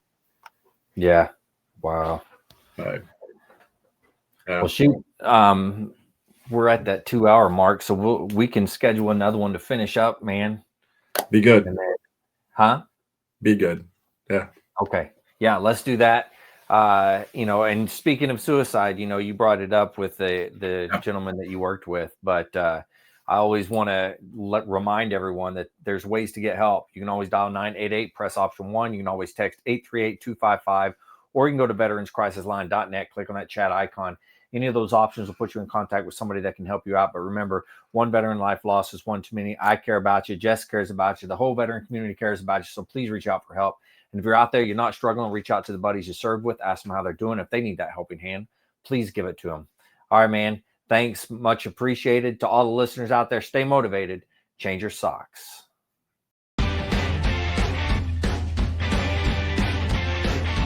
No more 22. On to the journey and finish the fight.